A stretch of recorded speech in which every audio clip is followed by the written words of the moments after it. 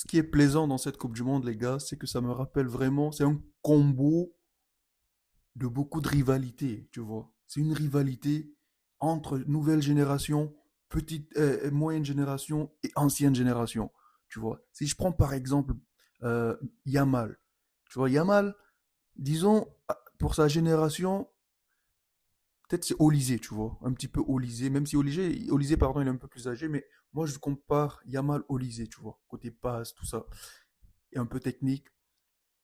Tu prends un peu plus haut, t'as Vini Bappé Haaland, tu vois, nouvelle génération qui se tape dessus, qui veut prouver que c'est bon, Jude Bellingham si tu veux, ok. Henry Kane aussi. Bon, Henry Kane, il est plus âgé quand même, hein. Henry Kane, il est plus âgé. Mais tu vois, il est un peu plus âgé, mais il est toujours dans la nouvelle génération parce qu'il est encore en Europe, tout ça. Tu vois. Et après, tu vois, l'ancienne génération, tu vois, Messi, Ronaldo. En fait, cette Coupe du Monde, c'est un ensemble de générations, de combos de nouvelles générations, moyennes, anciennes, nouvelles, blablabla, tout ce que vous voulez. Et ça commence à être intéressant parce que Ronaldo, il a ouvert son compteur but, il en a mis deux. Messi, il a pris plus l'avantage là-dessus parce que voilà, Messi, l'Argentine entière joue pour lui. Et voilà, on va pas refaire le débat. On sait que Messi, dans son équipe, c'est le capitaine, c'est le général, c'est le président, c'est le roi, tout ce que vous voulez. Mais je sens qu'il y a une rivalité intéressante, tu vois, même entre Madrilènes, là, Mbappé, Vini, je sens que chacun, ben, Mbappé en Coupe du Monde, franchement, il n'a pas trop besoin de prouver. C'est plus Vini qui a besoin de prouver dans sa nation, parce que il a été beaucoup critiqué qu'il marquait pas, qu'il portait pas son équipe, mais là, il a envie de prouver, il a faim, et ça fait plaisir. Moi, Vini, je trouve que il a envie de prouver, et s'il est humble au Real, voilà, il respecte le coach, voilà, on va le respecter, j'espère aussi, ça fait plaisir de voir un Vini à ce niveau-là. Il porte son équipe, faut le dire, il porte son équipe. Haaland aussi, donc c'est une confrontation de générations. Moi, j'ai hâte de voir la suite. Donc, franchement, très plaisant à regarder. À distance, tu vois, on sent que chaque joueur répond, en fait. Marque, l'autre marque. C'est fou, quand même. C'est beau, c'est beau. Moi, j'aime ça, tu vois. J'aime ça. Donc, voilà. Donc, pour le moment, la Coupe du Monde, bon, comme j'avais dit au début, c'était assez... je trouvais assez timide cette Coupe du Monde, mais ça commence à monter. Et félicitations au Maroc qui s'est qualifié aussi. Achraf Hakimi, buteur. Le Maroc, j'espère qu'ils iront très très loin, enfin au moins très loin dans cette Coupe du Monde, parce qu'ils le méritent, ils ont l'effectif qu'il faut, ils peuvent vraiment titiller les équipes qui sont en liste là. Donc c'est ça. J'étais le premier à critiquer les débuts de la Coupe du Monde. Je trouvais que c'était vraiment pas très alléchant, tu vois. C'était une Coupe du Monde assez timide. On sentait que les équipes, ils proposaient pas grand-chose, tu vois.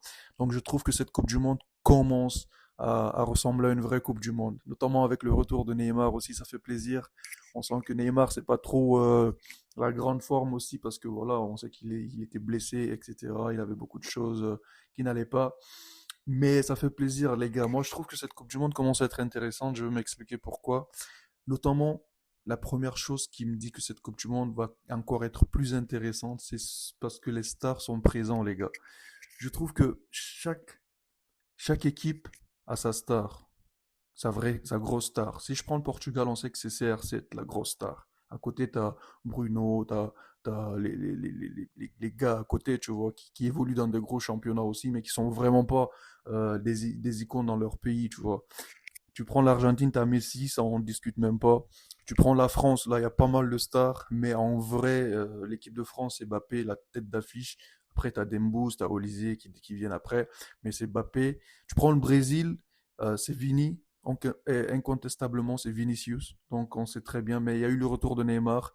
Mais footballistiquement, en ce moment, c'est Vini parce que on sait que Vini, il est en forme, ça se voit dans ses déplacements. Je trouve que Vini, vraiment, il est en forme. Il porte le Brésil, les gars. Il porte le Brésil et il faut le dire, les gars. Faut le dire. Vini porte le Brésil et ça se voit qu'il est motivé aussi. Il est motivé. Moi, je suis pas pro quelque chose, les gars. Je défends juste l'injustice. Je suis pas pro Mbappé, pro Vini, nanana. C'est vrai que Mbappé, c'est mon joueur préféré. Je vais le défendre quand il y a de l'injustice, pardon. Mais quand dans le football, il faut discuter, on le discute, mais sans passer par la haine, des choses comme ça. Vini, je vais le critiquer footballistiquement. Je vais le critiquer s'il faut le critiquer, mais je ne vais pas cracher sur lui comme ça, tu vois. J'ai toujours été comme ça. Moi, j'ai toujours attaqué Vini parce qu'il y a certains youtubeurs qui aiment parler de Mbappé tout le temps sans parler des matchs ratés de Vini. Bon, bref, ça c'est un autre sujet, c'est pas l'objectif. Donc les gars, cette Coupe du Monde, je trouve que les grosses équipes sont en train vraiment de monter en crescendo là, et ça fait plaisir. J'ai hâte de voir le match entre la France et la Norvège parce que la Norvège, les gars, Erling Haaland aussi, très fort, très fort. Et maintenant, vous savez les gars, en Coupe du Monde, dans les grosses compétitions, c'est dans des matchs déterminants qu'on va vraiment voir qui peut gérer le stress, qui peut gérer la compétition, les moments forts, les moments faibles. C'est à partir de d'après les phases de poule pardon que on va commencer à voir vraiment les joueurs qui savent gérer la pression. Ok.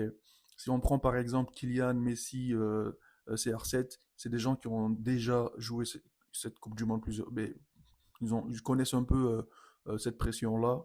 Mais je trouve que euh, Yamal, ça sera peut-être la star qui peut-être sera moins plus susceptible à moins gérer le stress, tu vois. Parce que moi, je trouve que Yamal, dans des matchs très serrés, très compliqués, où on le marque, il y a le marquage individuel, il y a tout ça, je trouve qu'il perd ses moyens, tu vois. Ça me rappelle un peu le match face au Portugal en finale de la Ligue des Nations, où Yamal était pocket du début à la fin euh, par le latéral portugais. Donc je trouve que j'espère que Yamal il a appris de ce match-là. J'espère qu'il a appris de ce match-là. Mais avec cette équipe d'Espagne, il a de la maturité maintenant. Je pense qu'il peut. On verra, on verra. Comme je dis, c'est à partir des prochains matchs on saura qui ou quel joueur pourra mieux gérer le stress, tu vois. Donc j'attends de voir beaucoup. Surtout aussi Vini. Je trouve que Vini, euh, il a l'air vraiment motivé, hein. Je trouve qu'il a envie de fermer des bouches et ça fait plaisir. Moi, j'ai toujours dit ça. Si Vini, on retrouve le grand Vini en forme il y a 2 ans, c'est tout bénef pour le Real, tu vois. C'est tout bénef pour le Real. Et avec un coach qui cadre chaque joueur, je pense qu'on peut s'en sortir avec une belle équipe bien organisée l'année prochaine. Donc voilà, j'attends de voir Vini aussi contre des grosses affiches pour pour tirer conclusion, tu vois. Mais pour le moment, très satisfait de Vini. Il porte son équipe, voilà, il marque en plus, tu vois. Il a 4 buts, Mbappé a 4 buts, Hollande a 4 buts et voilà. Donc, moi, je l'avais, allé checker ma vidéo où je parle des potentiels ballons d'or, des choses comme ça, où je donne mon avis et j'avais donné exactement les mêmes, ce qui se passe là. Chaque joueur doit porter son équipe et j'en avais parlé. J'ai parlé de Vini, j'ai parlé de Mbappé, de Dembouz, Olysée, Henry Kane, etc. Allez la checker, vous allez voir, je donnais mon avis là-dessus et c'est très pertinent. Maintenant, faut pas oublier, les gars, dans cette Coupe du Monde, il y a des challengers, ok? Il y a des équipes qu'on n'attend peut-être pas, qui peuvent aller titiller même la finale ou la demi, tu vois. Moi, je prends l'exemple du Japon, l'exemple du Mexique, euh, même les Pays-Bas, tu vois, même l'Angleterre. Moi, l'Angleterre, souvent, j'ai été déçu par l'Angleterre en Coupe du Monde. Tu t'attends à ce qu'ils fassent un très beau parcours, mais à la fin, par exemple, le raté d'Harry Kane face au Ghana, tu vois, c'est des choses comme ça, souvent, qui arrivent à l'équipe anglaise. Souvent, dans les anciennes Coupes du Monde aussi, c'était souvent comme ça, ou à l'Euro. Il y a quelque chose qui leur manque pour franchir le cap dans les grosses compétitions. Et j'espère que, voilà, ils vont le faire cette année pour essayer d'aller plus loin. Mais je veux dire, il y a des challengers aussi, faut pas oublier. Faut pas oublier, il y a ceux que j'ai cités, et peut-être j'en oublie d'autres, mais voilà, faut rester quand même solide parce que on peut tomber sur un Brésil-Japon ou France, je crois que c'est France, je sais plus exactement, j'ai vu les probabilités, mais quand même il y a des équipes sur lesquelles la France peut tomber, ça peut être des challengers, tu vois. Donc j'ai envie, parce que ces challengers-là aussi, en général, comme le Mexique, en général, ils vont loin dans les Coupes du Monde. Ils vont très loin, des fois, en Coupe du Monde. Ils sont très solides. Ils sont très solides. Et hâte de voir ce que le Mexique va proposer. Et aussi le Japon qui a un football, pour le moment, très propre. Le Japon, en général, ils sont trop loin, que ce soit dans la sable, dans la musique ou dans beaucoup de choses, dans la tech et tout, ils sont vraiment en avance. Et dans le football aussi, ils commencent à sortir à nous sortir des tactiques avec des innovations avec la pancarte pour donner des instructions et tout ça. Donc des challengers, il y en a aussi dans cette compétition. Faut pas oublier, il n'y a pas que le Brésil, la France ou l'Argentine. Tu as les Pays-Bas, tu as euh, même le Portugal, très grosse équipe qui peuvent peut-être aller chercher cette Coupe du Monde. Moi honnêtement, je suis supporter français, mais si le Portugal peut la prendre aussi, je serais content, tu vois. Pour qui? Pour CR7. J'aimerais bien qu'il finisse sa carrière avec une World Cup, les gars. Mais bon, on verra, on verra. Bon, je pense que la Norvège, les amis, ils sont très humbles aussi, tu vois. J'ai vu une interview de Erling Haaland qui expliquait que euh, le match face à la France, sûrement ils vont perdre, sûrement que la France va remporter la Coupe du Monde, etc. Il est très humble, Haaland, mais bon, je sais qu'il va essayer de planter contre l'équipe de France et c'est sûr qu'il va essayer de marquer. Et ça va être un beau match, ça va être un beau match pour la première place. C'est la Coupe du Monde, les gars, il n'y a pas de petits matchs. À partir de maintenant, il n'y a pas de petits matchs, les gars. Attendez-vous à voir des affiches qui vont commencer à ressembler à des trucs solides, les gars. Bon, les gars, dites-moi ce que vous en pensez, vous, dans les commentaires. Qui est votre favori pour cette Coupe du Monde? Et surtout, pour les nouvelles personnes qui découvrent cette chaîne, c'est Alex Real. Abonnez-vous, donnez de la force et on reste branchés. Allez, prenez soin de vous, la famille. Ciao.